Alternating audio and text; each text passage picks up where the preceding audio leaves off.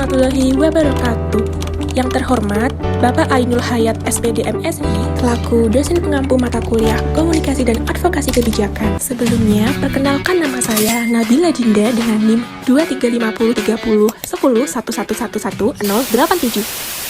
Pada kesempatan kali ini, saya akan membahas Policy Brief dengan judul Tarif Bendungan Lahor Karangkates Perlu Dibenahi Menuju Kebijakan yang Adil dan Inklusif. Baik, kita masuk ke Executive Summary. Secara singkat, Policy Brief ini berangkat dari kebijakan Perum Jasa Tirta 1 yang mulai menerapkan pembayaran non-tunai dan tarif portal di Bendungan Lahor Karangkates. Nah, kebijakan ini diterapkan bertahap, yaitu untuk kendaraan roda 4 sejak 1 Juli 2025 dan kendaraan roda 2 sejak 5 Januari 2026. Pada dasarnya, kebijakan ini memiliki tujuan yang cukup rasional, yaitu untuk meningkatkan keamanan bendungan sebagai objek vital, mengefisiensikan pengelolaan kawasan, dan mendata kendaraan yang melintas. Bahkan sebelum diberlakukan, kebijakan ini juga telah melalui proses sosialisasi dan uji coba sejak Desember 2024. Namun, pada akhir Maret hingga awal April 2026, kebijakan tersebut memicu polemik setelah muncul protes masyarakat terhadap tarif portal dan kebijakan penggunaan e-money.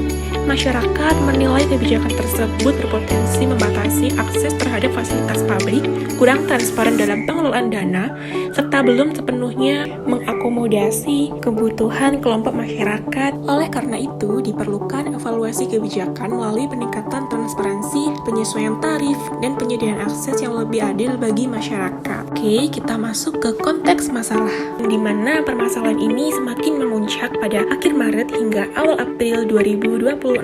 Di sini masyarakat mulai memprotes dan mempertanyakan mengapa untuk mengakses kawasan bendungan ini harus membayar tarif portal dan menggunakan e-money. Padahal selama ini bendungan dipandang sebagai ruang publik yang dapat dimanfaatkan bersama. Dari sini terlihat adanya kesenjangan antara tujuan kebijakan pengelola dengan persepsi masyarakat. Pengelola melihat kebijakan ini sebagai instrumen keamanan dan efisiensi, sedangkan masyarakat melihatnya sebagai bentuk pembatasan akses dan bahkan komersialisasi aset publik.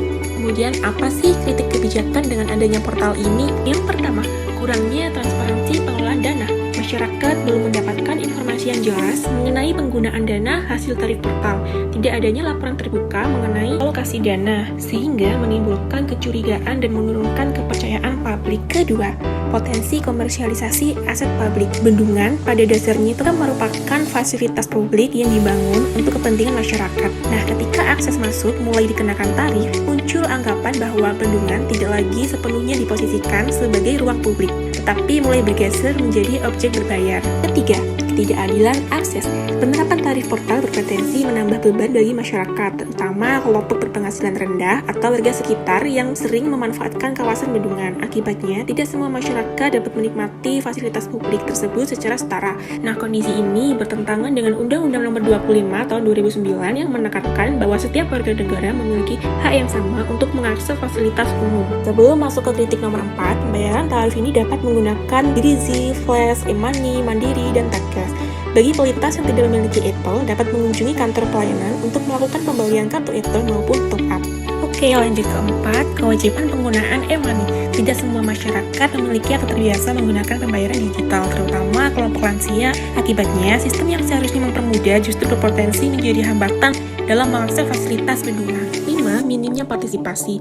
Kebijakan ini dinilai kurang melibatkan masyarakat dalam proses perumusannya. Kemudian, rekomendasi yang dapat dilakukan yaitu pengelola perlu meningkatkan transparansi pengelolaan dana tarif portal agar masyarakat mengetahui bahwa dana tersebut tuh benar-benar digunakan untuk pemeliharaan dan peningkatan fasilitas. Kedua, penerapan skema akses berbasis donasi dengan cara memisahkan area gratis untuk publik dan area tertentu yang dikenakan tarif. Ketiga, tarif perlu dievaluasi dan disesuaikan secara proporsional, misalnya berikan keringanan bagi masyarakat lokal atau kelompok berpenghasilan rendah. 4. Sistem pembayaran yang inklusif dengan cara menyediakan alternatif selain e-money seperti kris atau metode pembayaran lain yang lebih mudah diakses. Akhir, masyarakat perlu dilibatkan dalam proses pengambilan kebijakan melalui forum konsultasi, survei, atau dialog agar kebijakan lebih responsif terhadap kebutuhan warga.